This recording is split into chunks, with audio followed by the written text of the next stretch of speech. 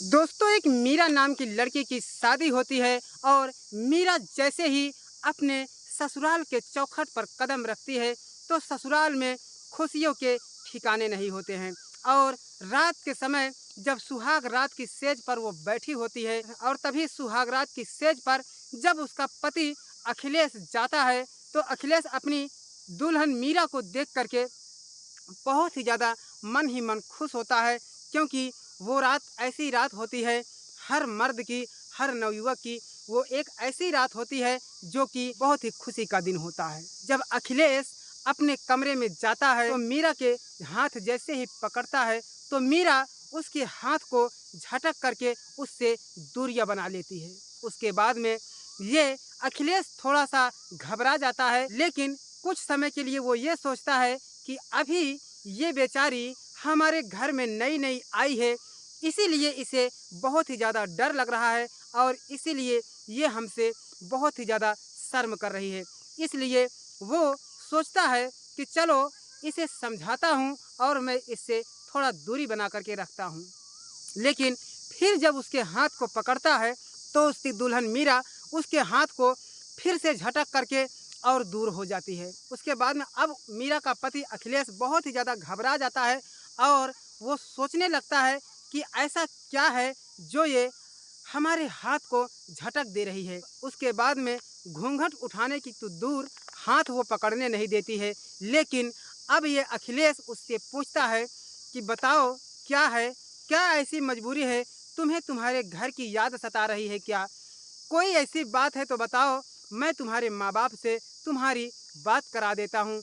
उसके बाद में जो भी कोई उलझने हैं, जो भी कोई अड़चने हैं, वो तुम्हारी दूर हो जाएगी। यदि मैं तुम्हें नहीं पसंद हूँ तो तुम बताओ, तुम किसी को चाहती हो तो वो भी बताओ, मैं तुम्हारा उससे विवाह करा दूंगा और मैं तुम्हारे साथ कोई ऐसा काम नहीं करूंगा जिससे तुम्हें शर्मिंदगी महसूस होगी। उसके बाद में मीरा कहती है कि नहीं, ऐसी कोई बात नहीं है जो आप समझ रहे हो, ये ऐसी कुछ बात नहीं है।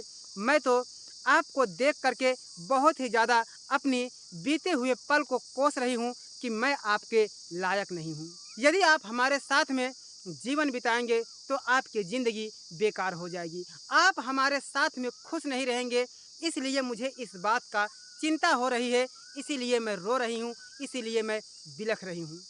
उसके बाद में अखिलेश कहता है कि क्या है ऐसी बातें, कौन सी मजबूरी है, वो कौन सा डर है जो तुमको सता रहा है, बताओ, मैं सुनना चाहता हूँ। लेकिन मैं तुमसे वादा करता हूँ कि ये बात बात रहेगी और राज रहेगी, मैं किसी से नहीं कहूँगा। लेकिन आज तुम्हें बताना होगा क्योंकि तुमने मेरे साथ 7 फेरे ली है। उसके बाद में मीरा कहती है कि मेरी ज़िंदगी की दास्तान बहुत ही ज़्यादा दुख भरी है। मेरी ज़िंदगी में कांटे ही कांटे भरे हुए हैं। आप सुनेंगे तो आप भी हमसे नफरत करने लगेंगे। उसके बाद में अखिलेश अपना सर हिलाते रहता है और कहता है कि तुम आगे बताओ, हुआ क्या है? मैं तुम्हारी बातों को बहुत ही गौर से सुनना चाहता हूँ। उसके बाद में मीरा कहती है कि मेरा परिवार, मेरा घर बहुत ही ज़्यादा गरीब है, बहुत ही ज़्यादा पैसे की तंगी थी, इसीलिए मेरी ज़िंदगी इस तरह से हो गई कि मैं आपके काबिल नहीं हूँ। वो कहती है कि जब मैंने होश संभाला और जब मैंने बचपन की समय को थोड़ा पार किया, उसके बाद में मेरे पिताजी बहुत ही ज़्यादा शराब पी रहे होते हैं और वो कोई काम नहीं कर रहे होते हैं और ऐसे में घर का खर्चा बहुत ही मुश्किल से चल रहा होता है। मैं 3-4 बहनों में से बड़ी हूँ, इसीलिए और भी ज़्यादा परेशानी थी कि माँ सोचती थी बेटी का विवाह कैसे करूँगी और बेटी को पढ़ाऊँगी कैसे।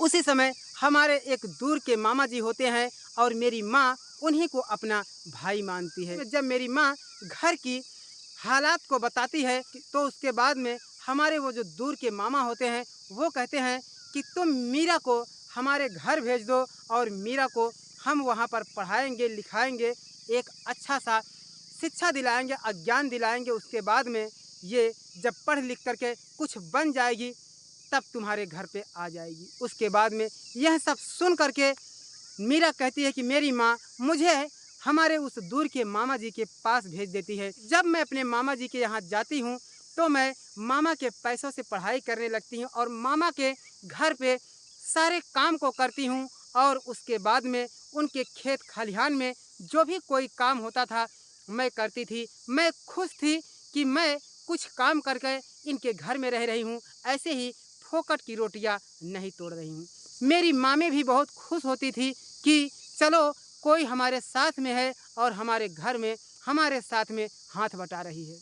मीरा अपने पति अखिलेश को बताती रहती है कि मेरी उम्र उस वक्त 14 साल की रही होगी। मेरे मामा की जो नियति थी, हमारा मामा कोई अच्छा आदमी नहीं था। मेरी मामा की गंदी निगाहें हमारे ऊपर पड़ती रहती थी। जब भी कोई मौका मिलता तो मेरा मामा हमारे साथ गलत करने के लिए सोचने लगता है। मीरा अपने पति अखिलेश से कहती है कि एक दिन की बात है जब मेरी मामी अपने मायके गई हुई थी और अपनी बेटियों को और अपने बेटों को लेकर के मायके गई थी और हमें सहेज करके गई थी कि खाना बना करके तुम अपने मामा को दे देना और प्रेम पूर्वक रहना। मैं 2 ही 4 दिन के लिए जा रही हूँ और उसके बाद में मैं फिर जल्दी से आ जाऊँगी। उसके बाद में मीरा कहती है जब हमारी मामी अपने मायके चली जाती है तो मैं उस रात को खाना बना करके अपने मामा को जब खाना देने गई तो मामा को खाना दे करके मैं भी खाना खा करके अपने उस कमरे में जा करके लेट गई और मैं नींद में हो गई। तभी हमारा मामा जो है वो उठ करके हमारे बिस्तर के पास में आता है और हमें सहलाने लगता है और इसकी आहट से मैं बहुत ही ज़्यादा डर गई और घबरा गई और अपने मामा से कहने लगी कि मामा आप हमारे मामा हो, ये क्या कर रहे हो। दोस्तों बहुत ही सच्ची कहानी है और बहुत ही दिल दहला देने वाली कहानी है, क्योंकि आज की बहन बेटियां और आज की जो महिलाएं हैं वो अपने ही घर में अपने ही रिश्तेदार के यहाँ सुरक्षित नहीं है। लोग कहते हैं कि अपनी बेटी को बाहर मत जाने दो, अपनी बहन को बाहर मत जाने दो, लेकिन आज का जो दौर चल रहा है दोस्तों, ये सोचने वाली बात है। जिसके ऊपर विश्वास करो वही घात करने वाला होता है, क्योंकि ऐसे भी लोग हैं जो रिश्ते को निभाना नहीं जानते हैं, जो अपनी हवस की प्यास बुझाने के लिए कुछ भी कर जाते हैं। तो दोस्तों आज इस सच्चाई से पर्दा उठेगा, आप भी सोचेंगे कि क्या कहानी है, लेकिन ये सच्ची वारदात है दोस्तों। इसे पूरा सुनिएगा, उसके बाद में फिर जो कुछ समझ में आए आप कहिएगा। दोस्तों उसके बाद में मीरा का मामा जब उसके बदन को सहलाने लगता है तो मीरा उठ जाती है और कहती है कि मामा आप अपने कमरे में जाओ, मुझे सोने दीजिए, ऐसा क्यों कर रहे हो मामा। वो कहता है कि देखो मीरा, मैं तुम्हारी बदन को और तुम्हारे चेहरे का दीवाना हो गया हूँ। मैं तुम्हारी मामी के रहते हुए तुम्हारे साथ में कुछ कर नहीं सका। मेरी मानो, मैं तुम्हें जीवन भर खुश रखूँगा, जो तुम कहोगी वैसा करूँगा, जैसे तुम पढ़ाई करोगी मैं तुम्हें वैसा पढ़ाऊँगा, लेकिन मुझे अपने साथ सोने दीजिए। उसके बाद में वो मीरा रो रो करके अपने पति से बताती रहती है, कहती है कि मेरा मामा हमारे साथ में लेट जाता है और हमारे साथ में ज़बरदस्ती करने लगता है, लेकिन मैं रोती रही, चिल्लाती रही, बिलखती रही, फिर भी मेरा मामा मेरे कपड़े को उतार करके मेरे बदन के साथ में बहुत ही गंदा खिलवाड़ करने लगता है। लेकिन अब ये सब सुन करके अखिलेश बहुत ही ज़्यादा गुस्से में हो जाता है। उसके हाथों के रोम रोम खड़े हो जाते हैं और पूरे शरीर के जो रोआ रोआ होता है वो सब खड़े हो जाते हैं और गुस्से में हो जाता है। उसे कुछ समझ में नहीं आता है कि करूं तो क्या करूं, इसे रखूं कि छोड़ दूं। और कहते हैं कि मेरा मामा अक्सर यही मौका तलाशता रहता है, लेकिन मेरी मामी जब तक अपने मायके में थी वो तब तक हमारे शरीर के साथ में ऐसे ही खिलवाड़ करता रहा और अपनी बीवी समझ करके हमारे साथ में वो सुख और वो संभोग करता रहा। ये सब सुन करके अखिलेश की आंखें फटी की फटी रह जाती है और वो सुनाते रहती है। उसके बाद में वो कहती है कि मेरी मामी वहाँ पर काफ़ी समय के लिए रुक जाती है और अब मैं घर में 15 से 20 दिन अकेली हो जाती हूँ, लेकिन करूँ तो क्या करूँ, बताऊँ तो किससे बताऊँ, क्योंकि इज्जत तो मेरी जानी थी। और ऐसे में अपने पति अखिलेश से कहती है कि पति देव, मैं इसलिए चुप रही और मैं कुछ नहीं कर सकी, लेकिन जब मैं अपने माँ को बताई तो मेरी माँ कहती है कि बेटी इस इज्जत को अपने पास ही रखो, क्योंकि हमारे पास उतने पैसे नहीं है, मैं तुम्हें कैसे पढ़ाऊंगी, कैसे खिलाऊंगी और कैसे पिलाऊंगी। तुम तो जानती ही हो कि तुम्हारे पिताजी कितने बड़े अय्याश आदमी हैं, कितने बड़े शराबी हैं और कितने बड़े जुआरी हैं। कैसे इस घर का परवरिश होगा बेटी, तुम पढ़ लिख करके कुछ हो जाओगी तो तुम इस घर को संभाल सकती हो। लेकिन बेटी, मेरी बात को ध्यान से सुनना, तुम इस बात को गांठ बांध लो, क्योंकि जिंदगी में कुछ करना होता है तो कुछ खोना भी पड़ता है। अब ये मीरा अपनी माँ की बात सुन करके वो बहुत ही ज़्यादा खामोश हो जाती है और ये सब बातें अपने पति अखिलेश को बताती रहती है। दोस्तों, उसके बाद में यह सब सुन करके अखिलेश बहुत ही ज़्यादा गुस्सा हो जाता है और अपनी मीरा के चेहरे को अपने हाथों में ले करके कहता है कि मीरा, कसम है मुझे, मैं तुम्हारे उस दरिंदे मामा को, मैं उस हैवान को सज़ा दिला करके रहूँगा और मैं तुम्हारे साथ में ज़िंदगी बिताऊँगा। तुम ये मत सोचना कि मैं तुम्हें छोड़ दूंगा या मैं तुझे तलाक दे दूंगा। लेकिन मीरा कहती है, यदि आपको मेरे साथ में नहीं रहना है तो मुझे तलाक दे देना। वो कहता है कि कैसी बातें करती हो मीरा, उस इंसान को सज़ा दिलाना बहुत ही ज़रूरी है। यही तुम्हारी खामोशी, यही तुम्हारा जो चुप रहना सबसे बड़ा तुम्हारी कमज़ोरी हो गई और वो तुम्हारे भावनाओं के साथ में खेलता रहा और तुम्हारी मासूमियत के साथ में खेलता रहा और तुम उसकी एक बेटी की उम्र की थी और बेटी से कम उम्र की थी और तुम्हारे साथ में वो इस तरह से खेल रहा होता है। दोस्तों, धिक्कार है ऐसे मामा को। कहते हैं कि माँ और माँ दो माताओं के नाम से जुड़ा होता है। मामा को ऐसा नहीं करना मांगता था, लेकिन इस मामा ने अपने उस भांजी के साथ में ऐसा खिलवाड़ किया। फिर उसके बाद में अखिलेश कहता है कि देखो मीरा, मेरी बात को सुनो, मैं एक प्लान बताता हूँ, तुम उसे सुनो, उसके बाद में मैं उसे सज़ा दिला करके ही रहूँगा। उसके बाद में वो रोने लगती है और कहती है कि आप जैसा कहेंगे मैं वैसा करने के लिए तैयार हूँ। उसके बाद में अब अखिलेश कहता है कि ऐसी ऐसी बात है, वो सुनती रहती है और खामोश होकर के सुनती रहती है, लेकिन वो कहती है कि मैं ऐसा कर पाऊँगी कि नहीं कर पाऊँगी। लेकिन वो कहता है कि तुम्हें ऐसा करना होगा और ऐसा तुम कर पाओगी, लेकिन मैं उसे सज़ा दिला करके रहूँगा। दोस्तों, उसके बाद में अब मीरा की विदाई होने को थी और रक्षाबंधन का त्यौहार करीब में था। उसकी माँ फ़ोन लगाती है और कहती है कि बेटी, रक्षाबंधन का त्यौहार नज़दीक आया है और तुम्हारी विदाई भी करना ज़रूरी है, इसलिए तुम अब अपने घर पर आ जाओ। उसके बाद में जिस दिन उसका मामा और उसकी मामी और उसकी माँ उसे विदाई कराने के लिए एक गाड़ी लेकर के जब आते हैं, तो उस दिन मीरा बहुत ही ज़्यादा फूट फूट करके रो रही होती है और अखिलेश जाता है और कहता है कि मीरा, क्यों रो रही हो और तुम्हें किस बात का दुख है? मीरा कहती है कि मैं नहीं जाना चाहती हूँ उस मामा के घर में, मैं अपने घर पर भी नहीं जाना चाहती। उसके बाद में वो कहता है कि आखिर तुम्हें ससुराल से अपने मायके तो जाना ही पड़ेगा। एक बार तुम जाओ, उसके बाद में तुम मत जाना, तुम जैसा चाहोगी मैं वैसा ही करूँगा। उसके बाद में वो जब उसका मामा और उसकी मामी संगीता जब घर पे आते हैं, तो उसका पति अखिलेश सबको पानी पिलाता है और उसके बाद में जब विदाई का समय आ जाता है, तो उसकी मीरा अपनी सास के गले लिपट करके रोने लगती है और कहती है कि माँ, आप चिंता मत करना, मैं बहुत ही जल्द आऊँगी और आपके घर की जिम्मेदारियों को संभाल लूँगी। उसके बाद में वो रोने लगती है और ऐसे में उसका मामा कहता है, क्यों रे मीरा, तुम इतना ज़्यादा रो रही हो? अभी से ही तुम्हें ससुराल का जिम्मेदारी सताने लगी है। सोचो जरा, तुमने अपने मामा का जरा सा भी ख्याल नहीं किया। वहाँ से तुम आ रही थी तो नहीं रोई, लेकिन जब यहाँ से जा रही हो तो इतना रो रही हो। उसके बाद में वो कहता है कि भूल गई अपने मामा का प्यार, तुम्हें अपना पति बहुत ही ज़्यादा प्यारा हो गया है।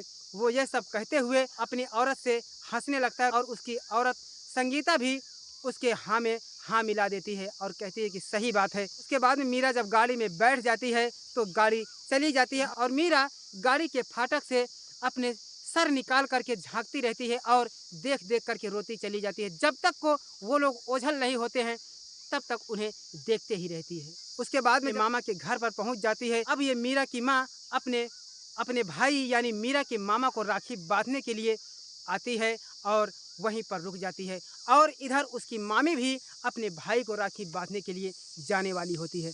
मौका बहुत ही अच्छा था और दस्तूर भी बहुत अच्छा था, क्योंकि उसका मामा यही तो चाहता था कि कैसे भी करके सब लोग इस घर से हट जाएं और मैं इस मीरा के जवानी के मज़े ले पाऊँ। दोस्तों, उसके बाद में उसकी माँ जब आती है, मीरा के मामे से कहती है, तुम भी जाओगी अपने भाई को राखी बांधने? तो कहती है कि हाँ, मैं भी जाऊँगी। उसके बाद में मीरा की मामी संगीता अपने भाई को राखी बांधने चली जाती है और मीरा की माँ अपने इस भाई यानी कि मीरा के मामा को राखी बांधने लगती है और मीरा की माँ को 5,000 रुपये उसके थाली में सिंदूर के साथ में लगा करके, हल्दी लगा करके रखे रहता है और उसकी माँ को देने लगता है।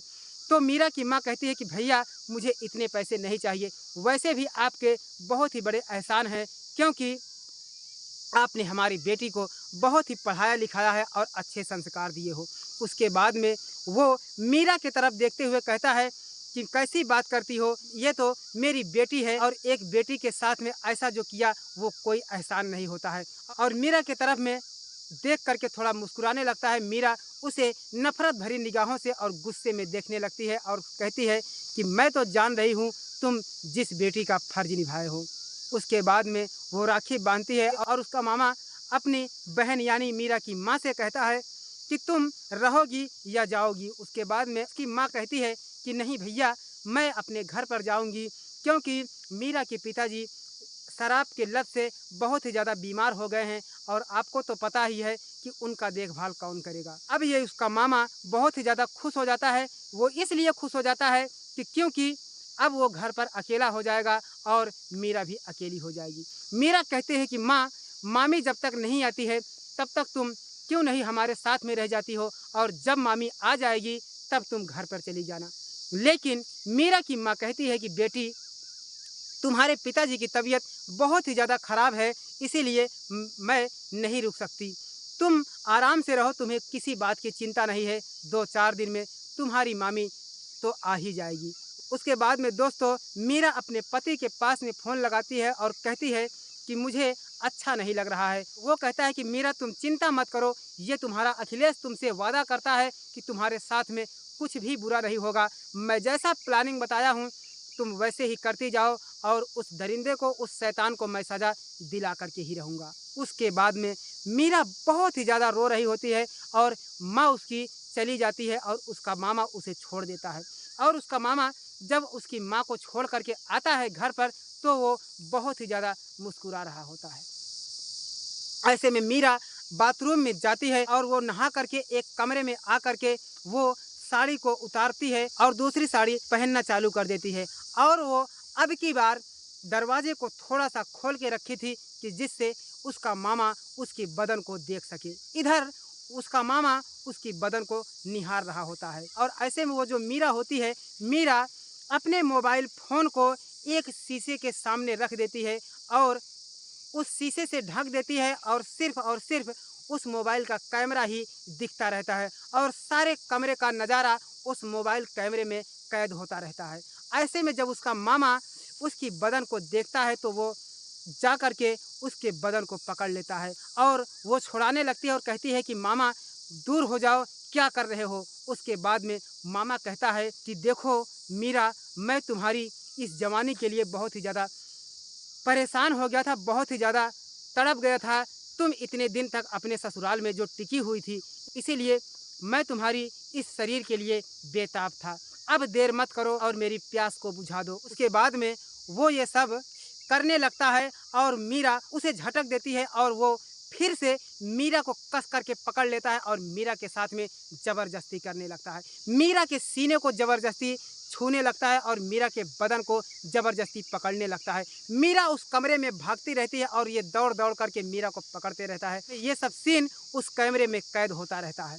ऐसे में काफ़ी समय बीत जाता है। वो घबरा जाती है कि लगता है आज भी मेरी इज्जत नहीं बचेगी और मेरा पति नहीं आएगा। लगता है मेरा पति भी मुझे नहीं चाहता है और मुझे छोड़ना चाहता है, क्योंकि मेरी ज़िंदगी को मेरे मामा ने बर्बाद कर दिया। वो सोच रही होती है कि यदि आज मेरा पति नहीं आया हमारी इज्जत बचाने के लिए तो मैं हमेशा हमेशा के लिए अपनी ज़िंदगी को ख़त्म कर लूँगी।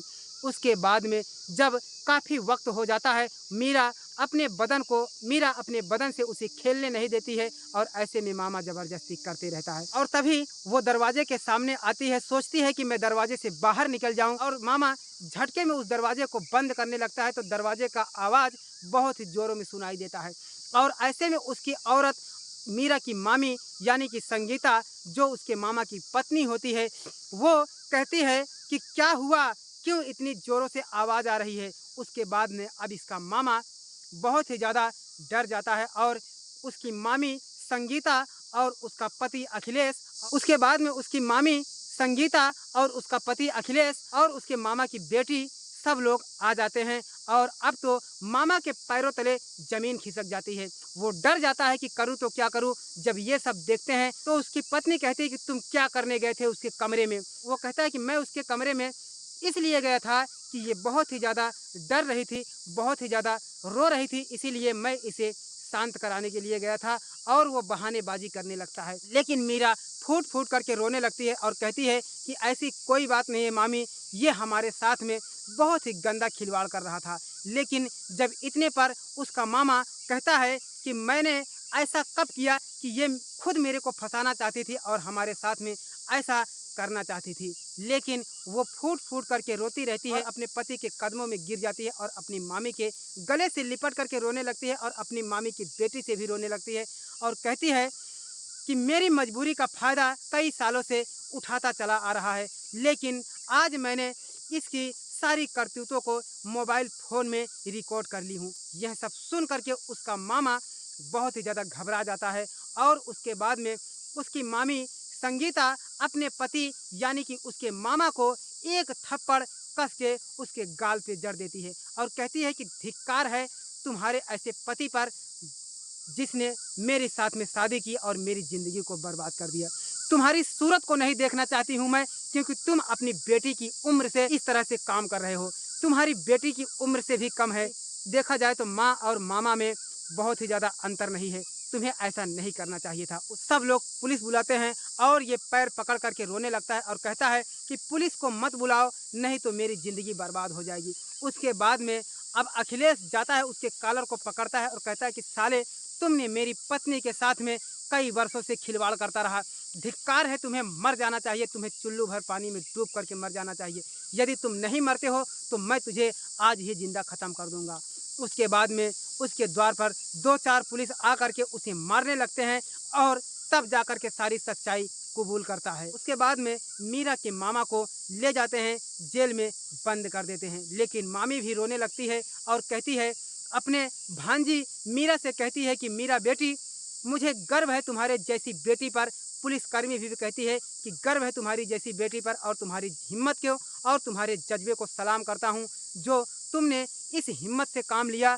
नहीं तो आज के समय में कोई भी औरतें, कोई भी बहन बेटियाँ जो कि अपनी इज्जत को बचाने के लिए वो सह ले जाती हैं और अपनी साथ में हुए करतूत को किसी को नहीं बताती हैं। पुलिस उसके मामा के हाथों में हथकड़ी पहना देते हैं और मामा सबके कदमों पर गिरने लगता है और कहता है कि मुझे छुड़ा लीजिए, मैं ऐसा कभी नहीं करूँगा। उसे हमेशा हमेशा के लिए जेल हो जाती है और तब जाकर के उसे सज़ा मिलती है और अखिलेश अपने मीरा को हमेशा हमेशा के लिए अपना लेता है और मीरा को वो प्यार देता है जो अपने घर पे नहीं पाई थी और जो अपने मामा के यहाँ नहीं पाई थी।